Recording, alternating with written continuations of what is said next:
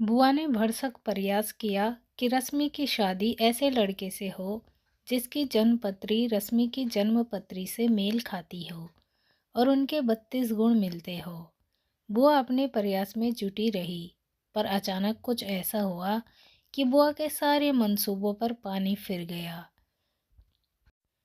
लो, और क्या चाहिए, पूरे 32 गुण मिल गए। गंगा बुआ ने बड़े गर्व से डाइनिंग टेबल पर नाश्ता करते हुए त्रिवेदी परिवार के सामने रश्मि की जन्मपत्री रख दी। आप हाँफ क्यों रही है, बैठिए तो सही। चंद्रकांत त्रिवेदी ने खाली कुर्सी की ओर इशारा करते हुए कहा।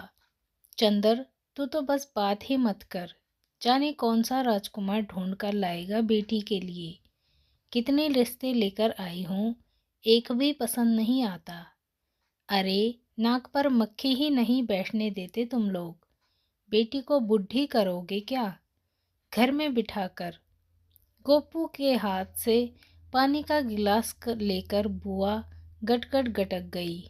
चंद्रकांत, रश्मि और उसका भाई बिक्की यानी विकास मजे से कुरकुरे टोस्ट कुतरते रहे। मुस्कुराहट उनके चेहरों पर पसरी रही, पर चंद्रकांत त्रिवेदी की पत्नी स्मिता की आंखें गीली हो आई। आखिर 27 वर्ष की हो गई है उनकी बेटी, पीएचडी कर चुकी है, डिग्री कॉलेज में लेक्चरर हो गई है। अब क्या घर पर ही बैठी रहेगी? चंद्रकांत ने तो जाने कितने लड़के बताए अपनी पत्नी को, पर स्मिता जिद पर अड़ी ही रही कि जब तक लड़के के पूरे गुण नहीं मिलते तब तक रश्मि के रिश्ते का सवाल ही नहीं उठता। जो कोई लड़का मिलता, स्मिता को कोई ना कोई कमी उसमें दिखाई दे जाती। चंद्रकांत परेशान हो गए थे। वे शहर के जाने माने उद्योगपति थे, स्टील की 4 फैक्ट्रियों के मालिक थे। उनकी बेटी के लिए कितने ही रिश्ते लाइन में खड़े रहते, पर पत्नी थी कि हर रिश्ते में कोई ना कोई अड़ंगा लगा देती और उनका साथ देती। गंगा बुआ 80 साल के ऊपर की हो गई होगी। चंद्रकांत ने तो अपने बचपन से ही उन्हें यहीं देखा था। उनके पिता शशिकांत त्रिवेदी की छोटी बहन है गंगा बुआ। बचपन में ही बुआ का ब्याह हो गया था।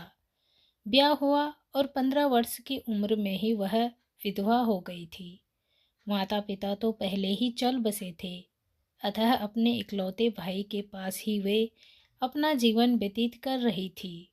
घर में कोई कमी तो थी नहीं। अंग्रेजों के ज़माने से 2-3 गाड़ियाँ, महल सी कोठी, नौकर चाकर, सब कुछ उनके पिता के पास था। फिर शशिकांत इतने प्रबुद्ध निकले कि जयपुर शहर के पहले आईएएस अफसर बने। उनके ही पुत्र चंद्रकांत है। चंद्रकांत की पत्नी स्मिता वैसे तो शिक्षित है, एमए पास है, पर न जाने उनके और गंगा बुआ के बीच क्या खिचड़ी पकती रहती है कि स्मिता की हंसी ही गायब हो गई है। उन्हें पल भर अपनी बेटी की ही चिंता सताती रहती है। चंद्रकांत ने अपनी बुआ के साथ अपनी पत्नी को हमेशा खुसर पुसर करते ही पाया है। गंगा बुआ के मन में यह विश्वास पत्थर की लकीर सा बन गया है कि उनका वैधव्य जीवन की जन्मपत्री न मिलाने के कारण ही हुआ है। उनके पिता व भाई आर्य समाजी विचारों के थे और कुंडली आदि मिलाने में उनका कोई विश्वास नहीं था। शशिकांत के बहुत करीबी दोस्त सेठ रतनलाल शर्मा ने अपने बेटे संयोग के लिए गंगा बुआ को मांग लिया था और फिर बिना किसी सामाजिक दिखावे के उनका विवाह संयोग से कर दिया गया था। शर्मा जी का विचार था कि वे अपनी पुत्र वधू को बिटिया से भी अधिक स्नेह व ममता से सींचेंगे और उसको अच्छी से अच्छी शिक्षा देंगे। लेकिन विवाह के 8 दिन भी नहीं हुए थे कि कोठी के बड़े से बगीचे में नव विवाहिता संयोग सांप के काटने से मर गया। जुड़वा भाई सुयोग चीखे मार मार कर अपने मरे भाई को झंझोड़ रहा था। पल भर में ही पूरा वातावरण भय और दुख का पर्याय बन गया था। गंगोत्री ठीक से विवाह का मतलब भी कहाँ समझ पाई थी। तब तक कि वैधव्य की काली माँ ने उसे निगल लिया। कुछ दिन तक वह ससुराल में रही। सेठ रतनलाल के परिवार के लोगों ने गंगोत्री का ध्यान रखने में कोई कसर नहीं छोड़ी थी, परंतु वहाँ वह बहुत भयभीत हो गई थी। मस्तिष्क पर इस दुर्घटना का इतना भयानक प्रभाव पड़ा था कि रात को सोते सोते भी वह बहकी बहकी बातें करने लगी। थककर इस शर्त पर उसे उसके माता पिता के पास भेज दिया गया कि वह उनकी अमानत के रूप में वहाँ रहेगी। गंगोत्री की पढ़ाई फिर शुरू करवा दी गई। कुछ सालों बाद शर्मा जी ने संयोग के जुड़वा भाई सुयोग से उसका विवाह करने का प्रस्ताव रखा। कुछ समय तक सोचने समझने के बाद त्रिवेदी परिवार ने प्रस्ताव स्वीकार कर लिया, परंतु गंगोत्री ने जो ना की हट पकड़ी तो छोड़ने का नाम ही नहीं लिया। बहुत समझाया गया उसे, पर तब तक वह काफ़ी समझदार हो चुकी थी और उसे विवाह व वैधव्य का अर्थ समझ में आने लगा था। उसका कहना था कि एक बार उसके साथ जो हुआ वही उसकी नियति है, बस अब वह पढ़ेगी और शिक्षिका बनकर जीवन यापन करेगी। फिर किसी ने उससे अधिक जिद नहीं की। इस प्रकार माता पिता की मृत्यु के बाद भी गंगोत्री इसी घर में रह गई। चंद्रकांत से लेकर उनके बच्चे, घर के नौकर चाकर, यहाँ तक कि पड़ोसी भी उन्हें प्यार से गंगा बुआ कहकर पुकारने लगे थे। यद्यपि गंगा बुआ अब काफ़ी बूढ़ी हो गई है, फिर भी घर की हर समस्या के साथ वे जुड़ी रहती है। उन्होंने स्मिता को अपना उदाहरण देकर बड़े विस्तार से समझा दिया था कि घर की इकलौती लाडली रश्मि का विवाह बिना जन्मपत्री मिलाए न करे। बस स्मिता के दिलो दिमाग पर गंगा बुआ की बात इतनी गहरी समा गई कि जब भी उनके पति किसी रिश्ते की बात करते वे गंगा बुआ की ओट में हो जाती। उन्होंने ही गंगा बुआ को हरी झंडी दिखा रखी थी कि वे स्वयं जाकर पीढ़ियों से चले आ रहे पंडितों के उन परिवार के पंडित से जन्म पत्रियों का मिलान करवाएं, जिसे बुआ शहर का श्रेष्ठ पंडित समझती है। वैसे स्मिता का विवाह भी तो बिना जन्मपत्री मिलाए हुआ था और वह बहुत सुखी थी, पर रश्मि के मामले में गंगा बुआ ने न जाने क्यों उन्हें क्या घुट्टी पिला दी थी कि बस आज गंगा बुआ सुबह ही नहा धोकर ड्राइवर को साथ लेकर निकल गई थी। बुआ बेशक विधवा थी, पर सदा ठसक से रहती थी। ड्राइवर के बिना घर से बाहर न निकलती। उनके पहनावे इतने लकदक होते जो उनके व्यक्तित्व में चार चांद लगा देते थे। कहीं भी बिना जन्मपत्री मिलाए विवाह की बात होती तो वे अपना मंतव्य प्रकट किए बिना न रहती। घर के सदस्य बेशक गंगा बुआ की इस बात से थोड़ा नाराज रहते, पर कोई भी उनका अपमान नहीं कर सकता था। सब मन ही मन हंसते बुदबुदाते रहते।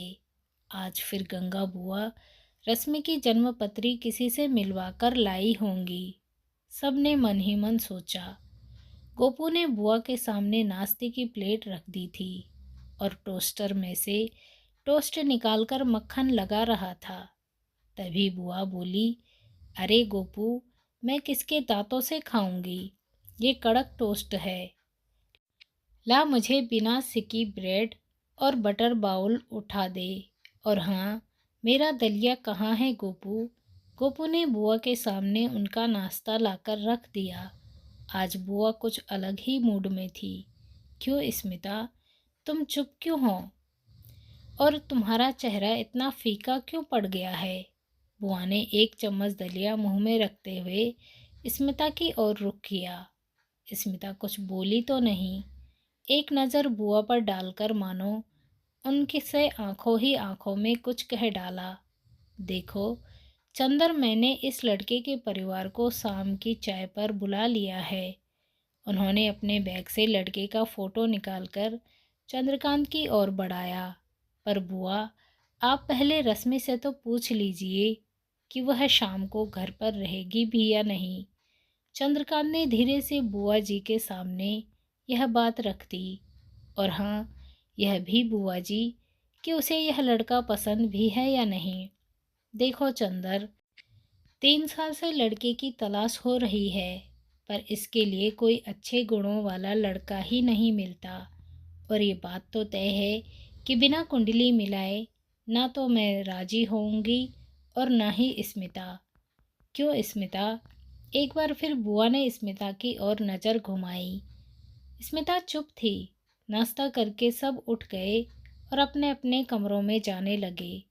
मैं जरा आराम कर लूं, थक गई हूँ। इतना बोलकर बुआ ने भी अपना बैग समेटा।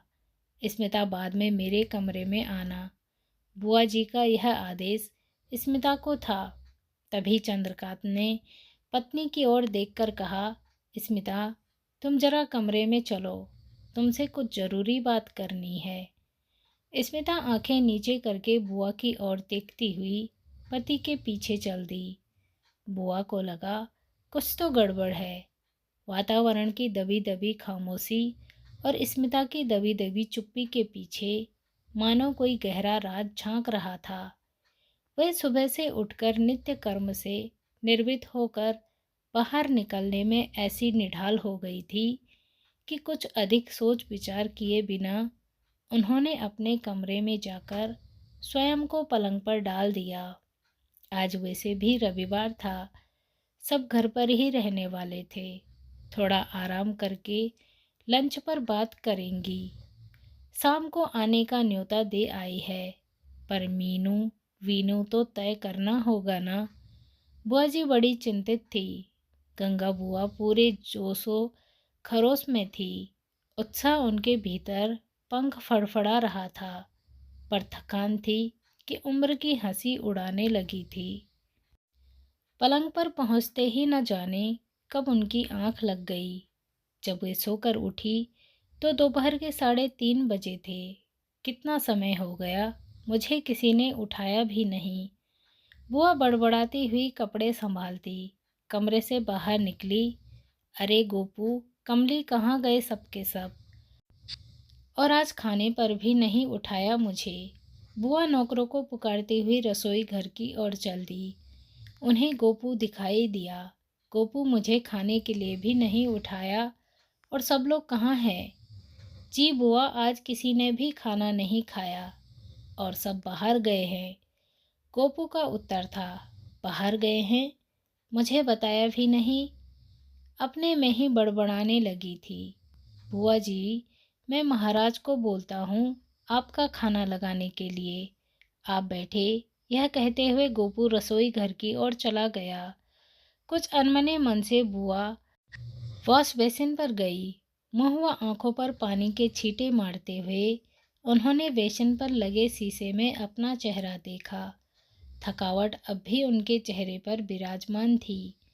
नैपकिन से हाथ पोंछकर वे मेज पर आ बैठी। गोपू गर्मा गर्म खाना ले आया था।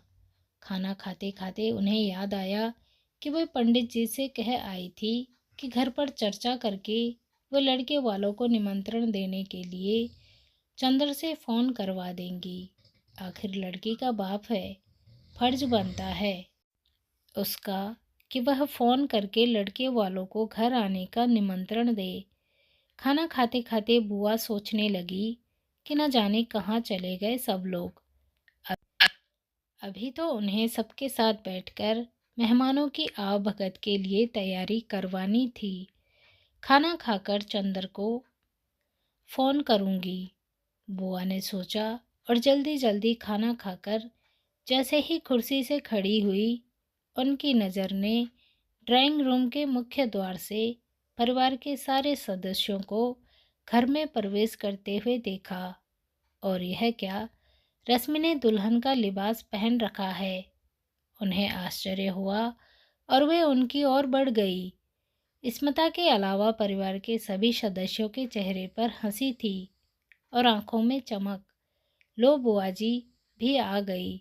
चंद्रकांत ने एक लंबे गोरे चिट्टे सुदर्शन व्यक्तित्व के लड़के को बुआ जी के सामने खड़ा कर दिया।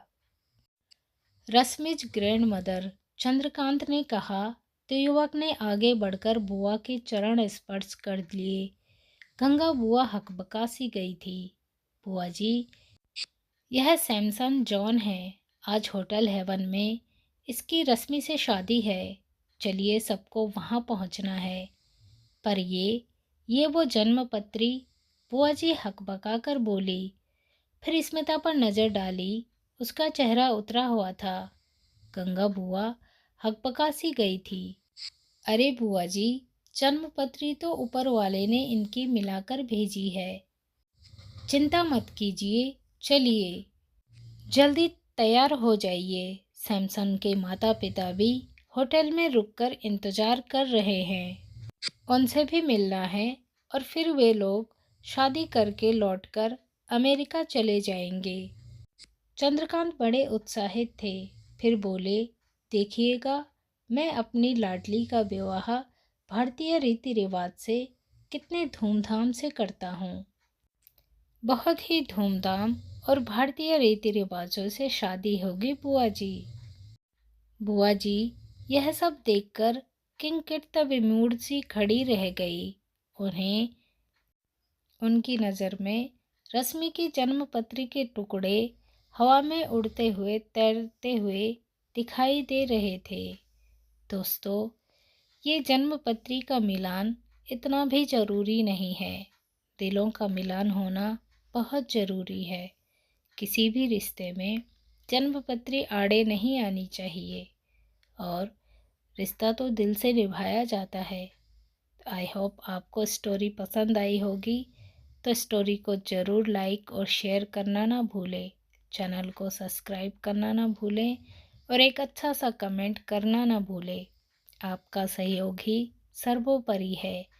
आपके सहयोग से ही मुझे मोटिवेशन मिलता है, रोज़ नई कहानी के लिए प्रेरित करता है। इसलिए ज़्यादा से ज़्यादा स्टोरी को शेयर करें। दोस्तों, आई होप आपको कहानियाँ अच्छी लग रही होगी और हर एक कहानी में एक मैसेज होता है, एक सीख मिलती है। तो मिलते हैं एक नई ऐसी ही दिलचस्प स्टोरी के साथ। तब तक के लिए स्वस्थ रहें, मस्त रहें। मिलते हैं अगली कहानी में। Thanks for watching.